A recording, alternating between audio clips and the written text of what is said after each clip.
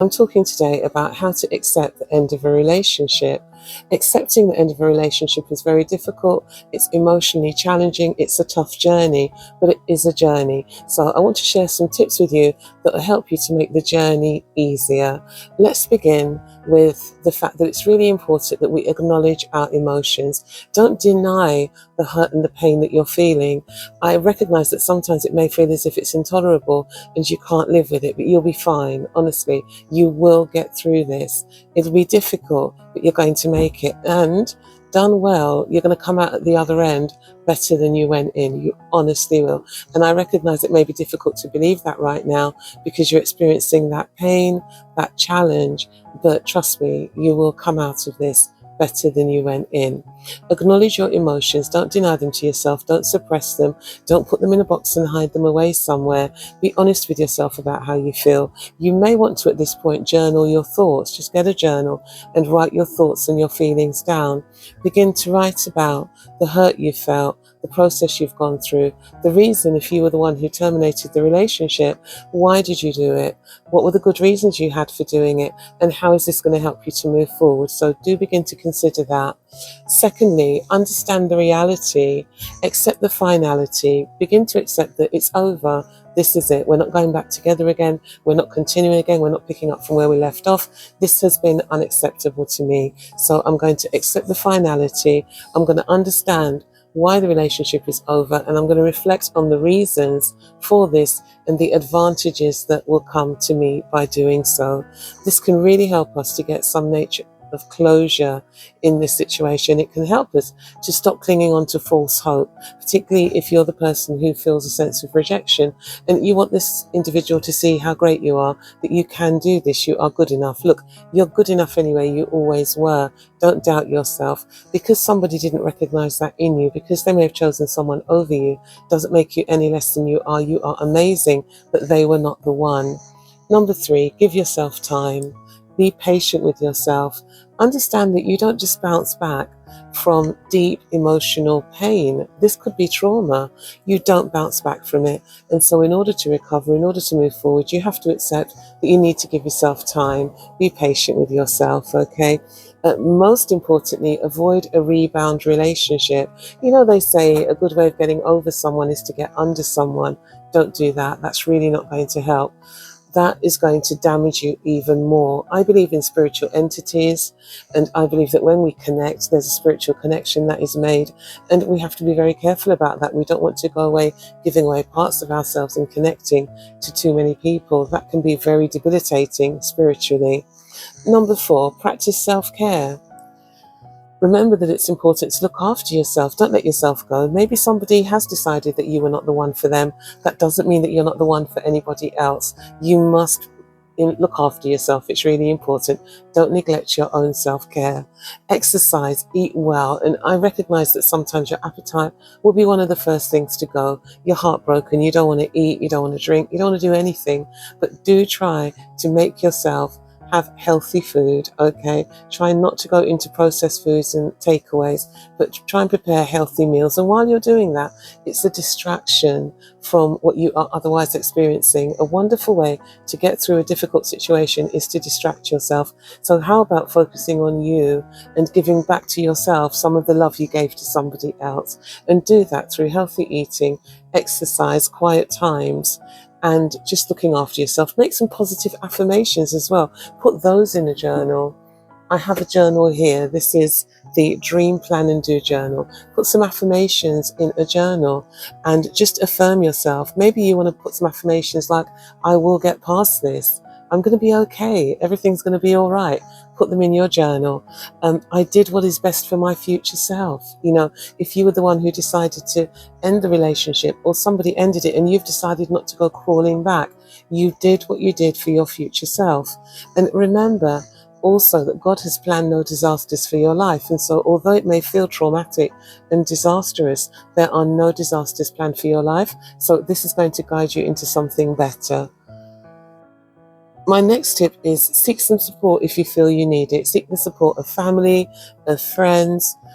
Consider seeing a therapist if you really feel you need to do that, then go for it. If you feel it would help you to speak to somebody who's not directly related to the situation, then do that. You can refer yourself personally to the mental health services if you're in the United Kingdom. Alternatively, seek a therapist who will give you that additional help and support. Number 6, establish new routines. Get yourself some new routines. Look at new ways of moving yourself forward. In order to change habits, you need to create new habits. And so if it was habitual for you to have an evening phone call or for you to spend a particular day together, let's start creating some new habits. And let's get down to doing some things you've desired to do for a while. That is not going to be a bad thing. Maybe you have goals, ambitions, targets, things you'd really like to do. Now's the time to experiment and try them. Get out there, move forward, and create a sense of normalcy about your life. This is your new normal, okay? Pursue your hobbies. There are things that you might have pushed to one side. Now's the time that you can get on, pursue them and enjoy them. Absorb yourself in doing something. Number 7, it's really important that you let go of the past. We're not going to be back there again. It's gone. You can remember the good bits, okay? But also, if you choose to think about the past, remember the bad bits as well. It wasn't always perfect. Sometimes we do this. We just want to think on all the good things and we see how awesome it was, how wonderful it was. And we neglect to think about the bits where it wasn't always great. So what we want to do is to let go of the past and to embrace the future, and especially to dig in and enjoy the present. I love mindfulness. I think it's an awesome pursuit. And it's one of the things I'm going to be suggesting a little later on. Live a little bit more in the moment rather than reminiscing about the past. We might have our rose-tinted spectacles on. It may not have been that great all the time. Release any grudges. If you're angry and you are resentful towards this person, release the grudges. Try your best to let it go. One thing you can do to forgive is to accept that it happened. Historically, this happened, and I'm now moving on. That's a wonderful form of forgiveness. For me, forgiveness doesn't always have to mean that we choose to embrace this person, to act as if nothing ever happened, and we're going to completely let them off the hook. That isn't my idea of forgiveness.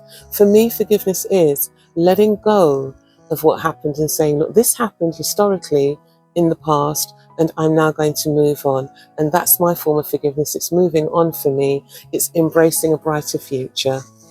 Focus on the future. Number 8, really important that you set yourself some goals. Set yourself some goals that are SMART goals, okay? Get a major big goal and then break it down into smaller chunks. And so what you want to do is to make sure your goal is a very specific goal that's going to help you in the process of having a better life and moving forward, developing that better you. So that'll be the first thing you want to do. Think about your personal growth and your aspirations and set some goals around that. It's time for you to focus on you. Create a vision board if you wish, so that you can look at the things that you desire to have in your life in future. That'll be really helpful to you. And also on the vision board, if you decide to have one, put some words that represent something to you. Growth, pleasure, joy, goodness, kindness, harmony, peace. Also remember that you release love into this world and you will also receive love. So a wonderful, wonderful thing to have on your vision board is I show love and I release love, or I give love and I receive love. It's really important that you acknowledge that you will receive love in your life. You are certainly not unlovable. Number 9, practice mindfulness. And I spoke about this before. Stay in the present. Stay in the now. You don't have to think too much about the past, and you don't have to worry yourself too much about the future. You may feel a sense of panic when you think about the future. What's my future going to be like without this person? It might make you feel quite distraught because all your plans were there with them and the relationship. And now you find that you have a sense of abandonment and you're on your own. You feel very isolated. So try not to think too much about the future at this stage. Those feelings will pass, but you have to give yourself time. Stay in the now, right now where you are, and just make it through your one day at a time, your ever-present each day situation. Avoid negative coping mechanisms as well. That's number 10. Avoid alcohol, too much of it, as a way to cope. I get it. We may want to have a glass of wine after dinner just to help us to wind down and relax. That might help us to fall asleep, but the body will soon adjust to it and become a little bit resilient. And so one glass becomes two, two becomes a bottle, and before you know it, you've got a habit that you've created that is very difficult to kick, that could eventually lead you into the pathway of alcoholism, and we don't want that for you. So how about avoiding any negative pathways and negative behavior? Look, I'm a cake person. I love cake. It cheers me up. My grandmother always gave me cake, and that always made me so happy. It was the best thing. And if I'm down, you can guarantee I'm going to visit Marks and Spencer's and there's going to be some cake coming in. However, what you have to learn to do is to have some discipline. So yes, it's okay. Sometimes some chocolate, some wine, some cake, these things, has to be done, as my brother would say. But what I would say is, yes, bro, has to be done, but we have to know where to draw the line. Remember the 80-20 rule.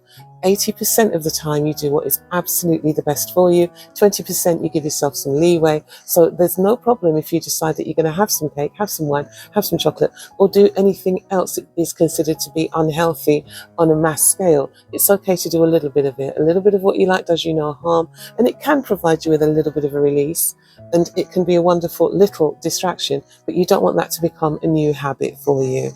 Enough said.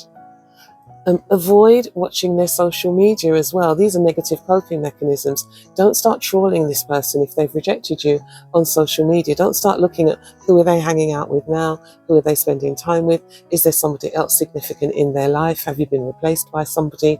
Don't do that. Just disconnect with them on all social media, block them on the phone, completely disconnect, and move into your ever brighter future. And remember, what can happen is that somebody can tell you, I don't want to be with you, but they want to keep you around as a friend. And so they're using you as a coping mechanism. You're a very good backup for them. If they are feeling a little bit insecure and they feel they might be rejected, they've always got you to turn to, because you're there full of adoration and you're in the hope that things are going to come back to where they were. If someone dumps you, just move on. My parents are from Jamaica, so I have a lot of that influence about me, and there is a saying that the person who goes back to a relationship that was ended is like a dog going back to its vomit.